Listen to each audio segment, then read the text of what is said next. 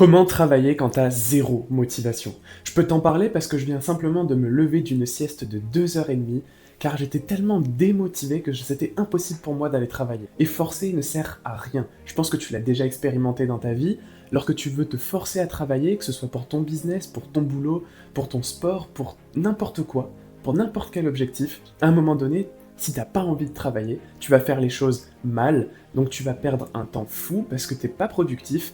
C'est pourquoi il y a de bien meilleures façons de se mettre au boulot, de se remotiver, parce que c'est la motivation qui provoque l'élan et c'est la discipline qui permet de le tenir dans la durée, quelles que soient les conditions. Mais nous ne sommes pas des robots, on a tous des phases où on est beaucoup plus motivé à travailler, des phases où on l'est moins. Alors comment avancer quand t'as zéro motivation? Tu l'as bien compris, la seule façon d'avancer, c'est de te motiver vraiment. C'est d'être tellement dans le process, tellement pris profondément par cette envie de réussir, que finalement tu vas te mettre au travail tous les jours sans effort. Ce que ça veut donc dire, c'est que si tu te sens démotivé aujourd'hui, si t'as pas envie de travailler à certains moments de ta journée ou à certaines périodes de l'année, si en ce moment c'est une période un peu difficile, c'est simplement que tu as perdu le vrai sens profond de ton pourquoi. Tu ne sais plus exactement pourquoi est-ce que tu fais les choses, et ce désalignement entre ce que tu veux aujourd'hui et ce que tu voulais avant provoque cette démotivation. C'est certain que tu t'es lancé pour une certaine raison. Et aujourd'hui, si tu n'as plus envie d'avancer, c'est que cette raison-là est dépassée, elle est périmée. Il va falloir que tu l'affines un peu mieux. Alors forcément, tu dois te poser la question, comment retrouver ta vraie raison profonde de travailler quand tu es démotivé? Pour ça, il y a deux méthodes très simples. La première, c'est de te demander pourquoi est-ce que je faisais ça avant? Pourquoi vraiment j'avais envie d'atteindre cet objectif? Pourquoi je voulais atteindre cet objectif? Pourquoi cet objectif je voulais l'atteindre? Et finalement, pourquoi?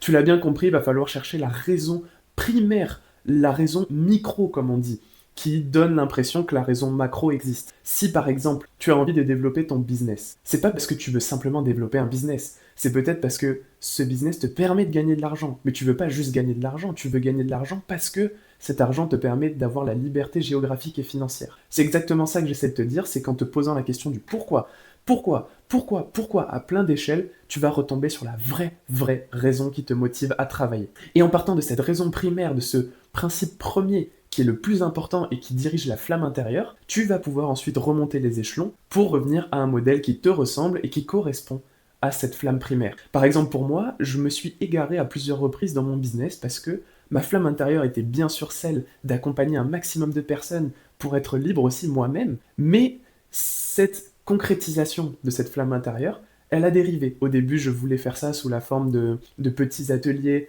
avec des packs, avec des offres à durée limitée. Mais après, j'étais plus aligné sur ça. Je suis passé sur une seule offre, une seule promesse. C'est comme ça qu'après, j'ai pu accompagner un maximum de personnes parce que je leur transmets tout ce que je sais. Je prends pas juste des bouts, non, je les accompagne jusqu'au bout, comme Wayne, comme Hotman, comme Eddie et comme tant d'autres aussi. Peu importe, en tout cas, pour toi, c'est exactement la même chose que tu dois réaliser dans ton quotidien. Et la deuxième façon de trouver ton objectif profond, ta vraie raison d'avancer, c'est de te demander qu'est-ce que je pourrais faire de mieux maintenant que de travailler. Et généralement, la réponse, même à 99% du temps, c'est rien. Tu ne peux rien faire de mieux là maintenant que tu as un trou, que tu as du temps libre, que de t'avancer vers tes objectifs. Tout le reste ne servirait à rien. Passer du temps à scroller sur les réseaux ne te fera pas avancer. Passer du temps à jouer aux jeux vidéo ne te fera pas avancer, sauf si c'est ton objectif, bien sûr. Dans tous les cas, cette question est toute bête, mais elle te permet de te mettre au travail, quelle que soit ta motivation. C'est ce que j'ai fait tout à l'heure, par exemple, comme je te l'ai dit. J'avais eu tout à l'heure un gros moment de down où j'étais vraiment fatigué, j'avais pas envie de me mettre au boulot, et je me suis posé cette question, mais qu'est-ce que je peux faire maintenant de mieux que d'allumer cette caméra et de filmer cette vidéo qui peut impacter des milliers de personnes? Rien de mieux. Alors bien sûr, j'étais fatigué, donc j'ai fait une sieste, mais ça c'est pas le sujet. Dès que la sieste était terminée et que j'ai compensé entre guillemets le trop peu de sommeil que j'ai eu juste avant, bam, j'allume la caméra et je me lance. J'ai rien de mieux à faire. T'as rien de mieux à faire que d'avancer vers tes objectifs, que de continuer à produire de la valeur, à peut-être te former aussi pour avancer, écouter les différents témoignages de personnes qui sont une step du dessus. Peu importe, tu dois avancer parce que t'as pas d'autre choix. Si tes objectifs sont fixés, si t'as des rêves, la seule façon de ne pas les enterrer, c'est d'avancer vers eux. Et en bonus, si l'objectif est vraiment important pour toi, moi j'aime bien me poser cette question, qu'est-ce qui peut m'arriver si je n'atteins pas mon objectif? À quoi est-ce que je vais devoir renoncer si je n'atteins pas mes objectifs. D'ailleurs, Florence, responsable QSE et entrepreneur, l'explique extrêmement bien. Je l'ai reçu en appel, je te laisse écouter son témoignage. Si je me fais pas accompagner, je risque de perdre du temps, je risque de nuire à ma visibilité. Et en stratégie, c'est exactement la même chose. Une stratégie, quand elle est bien pensée, c'est un peu comme un GPS. Donc, ça te permet, quand tu as une vision claire, de faire des choix cohérents avec ta vision, de ne surtout pas t'éparpiller. C'est-à-dire, je commence tout et je finis rien. On pense être productif alors qu'on est occupé parce qu'on n'a pas défini, on va dire, ces 3 priorités. Donc si je récapitule ce qu'on a vu dans cette vidéo, tu ne dois pas te mettre au travail si tu n'as pas la motivation profonde d'avancer.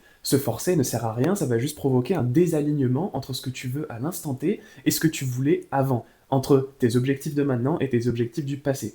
Comment faire pour retrouver ta vraie raison profonde d'avancer et donc de te remotiver? Tu dois te poser la question, qu'est-ce que je pourrais faire de mieux maintenant que de travailler? Généralement la réponse c'est rien. Tu peux aussi te poser la question du pourquoi je veux faire les choses, quelle est la vraie raison première qui te pousse à aller au boulot et qui t'a poussé à fixer tes objectifs. Et troisièmement, te poser la question, à quoi est-ce que je vais devoir renoncer si je ne travaille pas maintenant?